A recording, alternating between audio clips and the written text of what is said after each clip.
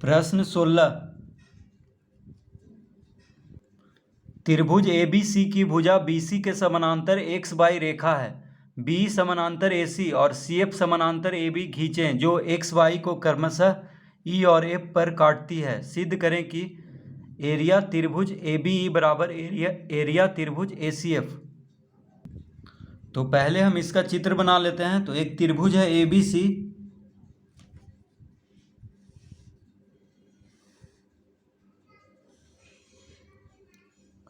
इसका नाम लिख लेंगे ABC। उसके बाद BC के समानांतर एक रेखा है।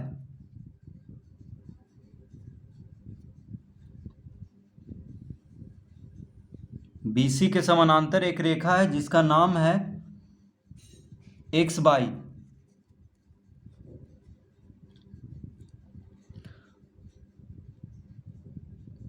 उसके बाद यहाँ पे देखिए बिंदु E है और यहाँ पे बिंदु F है। इसको मिला देंगे, CF को मिला देंगे, उसी तरह EB को मिला देंगे। ठीक है।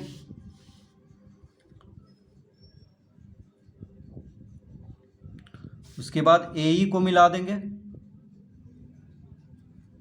और AF को मिला देंगे।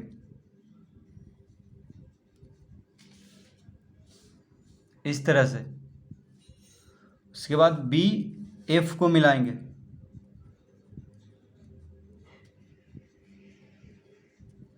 उसके बाद EC को मिला देंगे।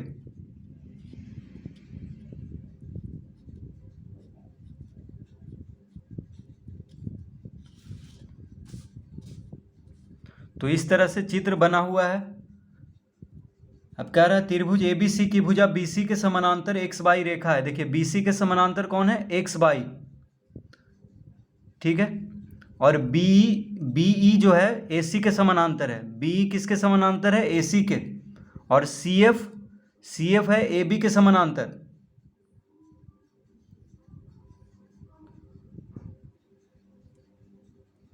जो कि XY को E और F पर काटती है। सिद्ध करें कि एरिया त्रिभुज ABE, देखिए ABE यानी त्रिभुज ABE का क्षेत्रफल और त्रिभुज ACF का क्षेत्रफल बराबर होगा।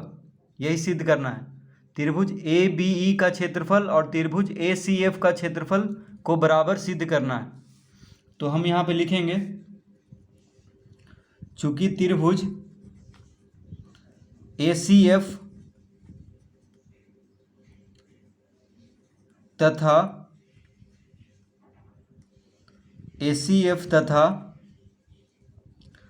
त्रिभुज BCF एक ही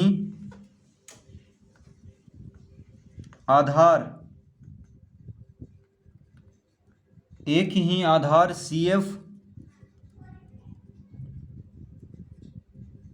तथा एक ही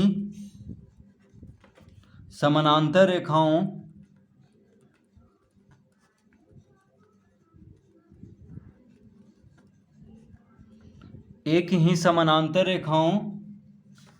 AB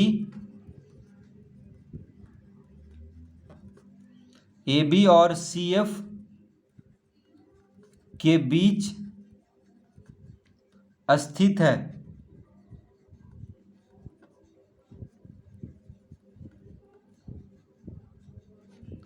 तो देखिए त्रिभुज ACF तथा त्रिभुज BCF, त्रिभुज ACF, देखिए त्रिभुज ACF और त्रिभुज BCF,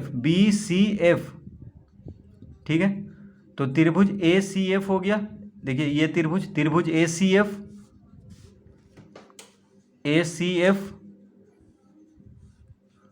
और त्रिभुज BCF, इस त्रिभुज को देखिए कहेंगे BCF, इस त्रिभुज को। तो ये दोनों त्रिभुज एक ही आधार CF, देखिए दोनों का आधार CF है। ठीक है। त्रिभुज ACF में भी CF आ रहा है और त्रिभुज BCF में भी CF आ रहा है। तो CF क्या हो गया? आधार हो गया। तो एक ही आधार CF तथा एक ही समानांतर रेखाओं AB और CF के बीच स्थित है। अब देखिए AB और CF क्या है? समानांतर रेखा है, ठीक है। तो त्रिभुज ACF और BCF एक ही समानांतर रेखाओं के बीच में है। कौन कौन? AB और CF के बीच में है। तो ABCF क्या है? समानांतर रेखा है। तो ये दोनों त्रिभुज का क्षेत्रफल क्या होगा? बराबर होगा। तो त्रिभुज ACF और त्रिभुज BCF एक ही आधार CF और एक ही समानांतर रेखाओं AB और CF के बीच स्थित है। तो लिखेंगे अतः दोनों का क्षेत्रफल बराबर हो जाएगा। तो लिखेंगे एरिया यानी क्षेत्रफल ACF, क्षेत्रफल त्रिभुज ACF बराबर क्षेत्रफल त्रिभुज BCF, ठीक है। ये दोनों का क्षेत्रफल बराबर होगा। इसको हम पहला लिख लेंगे। इसी प्रकार अब यहां पे लिखेंगे हम इसी प्रकार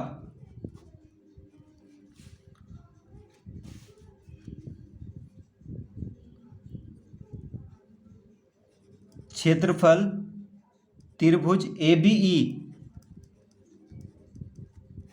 बराबर क्षेत्रफल त्रिभुज BEC, ठीक है। जैसे हम त्रिभुज ACF और त्रिभुज BCF का क्षेत्रफल को बराबर किए हैं, उसी प्रकार से त्रिभुज ABE और त्रिभुज BEC का भी आधार एक है और एक ही समानांतर रेखाओं के बीच है। तो देखिए त्रिभुज ABE और त्रिभुज, देखिए त्रिभुज ABE, इस त्रिभुज को कहेंगे त्रिभुज ABE और त्रिभुज BEC, देखिए BEC, इस त्रिभुज को कहेंगे BEC। तो ये दोनों का आधार BE है और एक ही समानांतर रेखा BE और AC के बीच में है। तो ये दोनों का भी क्षेत्रफल बराबर होगा। तो इसीलिए बस यहाँ पे लिखेंगे इसी प्रकार एरिया त्रिभुज ABE बराबर एरिया त्रिभुज BEC, क्योंकि दोनों का आधार BE है और दोनों AC और BE समानांतर रेखाओं के बीच में है, ठीक है। इसको हम दूसरा लिख लेंगे। और अब यहाँ पे लिखेंगे और एरिया यानी क्षेत्रफल त्रिभुज BCF बराबर क्षेत्रफल त्रिभुज BEC, इसको हम तीसरा लिख लेंगे। तो देखिए त्रिभुज BCF और त्रिभुज BEC का भी क्षेत्रफल बराबर होगा। कैसे? तो त्रिभुज BCF, देखिए त्रिभुज BCF, इस त्रिभुज को कहेंगे त्रिभुज BCF, ठीक है। और त्रिभुज BEC, देखिए BEC, इस त्रिभुज को, ये दोनों त्रिभुज में देखिए BC आ रहा है, त्रिभुज BCF में भी BC आ रहा है और त्रिभुज BEC में भी BC आ रहा है, यानी आधार बराबर है और एक ही समानांतर रेखा यानी BC और EF, देखिए BC और XY क्या है? समानांतर रेखा है, दिया हुआ है। तो BC और XY के बीच में दोनों त्रिभुज है। त्रिभुज BCF, देखिए BCF और त्रिभुज BEC दोनों का आधार BC है और समानांतर रेखा BC और XY है, ठीक है। तो BC और XY समानांतर रेखाओं के बीच में है और BC आधार है, तो दोनों त्रिभुज का क्षेत्रफल भी बराबर होगा। तो हम लिख लेंगे यहाँ पे त्रिभुज BCF का क्षेत्रफल बराबर होगा त्रिभुज BEC का क्षेत्रफल का, ठीक है। तो बार बार इतना हम नहीं लिखेंगे, इसीलिए एक लिख करके इसी प्रकार लिख देंगे, ठीक है।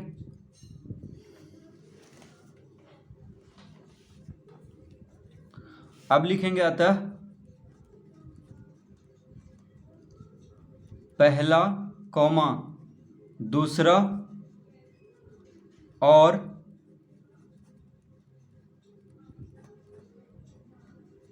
तीसरा से, पहला दूसरा और तीसरा से क्या हो जाएगा? क्षेत्रफल त्रिभुज ABE बराबर होगा क्षेत्रफल त्रिभुज ACF के, ठीक है।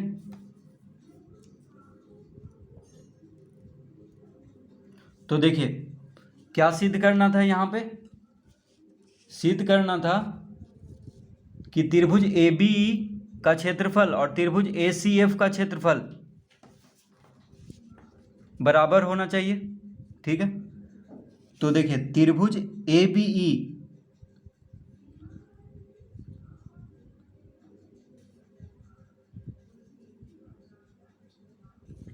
तो पहला में हम क्या लाए हैं, त्रिभुज ACF त्रिभुज BCF के क्षेत्रफल दोनों का बराबर है। ठीक है, त्रिभुज ACF का क्षेत्रफल और त्रिभुज BCF का क्षेत्रफल बराबर है। फिर देखिए त्रिभुज BCF का क्षेत्रफल किसके बराबर है, त्रिभुज BEC के क्षेत्रफल के बराबर है, और त्रिभुज BEC का क्षेत्रफल त्रिभुज ABE का क्षेत्रफल के बराबर है। तो देखिए त्रिभुज ABE त्रिभुज BEC के क्षेत्रफल के बराबर है। ठीक है, और त्रिभुज BEC किसके बराबर है, त्रिभुज BCF का क्षेत्रफल का, और त्रिभुज BCF त्रिभुज ACF का क्षेत्रफल के बराबर है।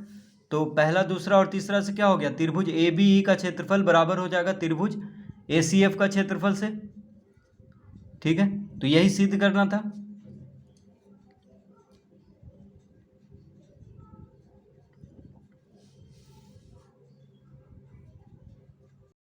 फिर से इसको देख लेते हैं। देखिए त्रिभुज ABE का क्षेत्रफल त्रिभुज BEC का क्षेत्रफल के बराबर है। ठीक है, और त्रिभुज BEC का क्षेत्रफल त्रिभुज BCF के क्षेत्रफल के बराबर है। तो ये दोनों बराबर हो गया। देखिए त्रिभुज ABE का क्षेत्रफल और त्रिभुज BCF का क्षेत्रफल दोनों बराबर हो गया। ठीक है, अब देखिए त्रिभुज BCF का क्षेत्रफल किसके बराबर है, त्रिभुज ACF का क्षेत्रफल के बराबर, यानी त्रिभुज ABE और त्रिभुज ACF का क्षेत्रफल बराबर हो गया ये दोनों का। ठीक है, तो इस तरह प्रश्न 16 हल करेंगे।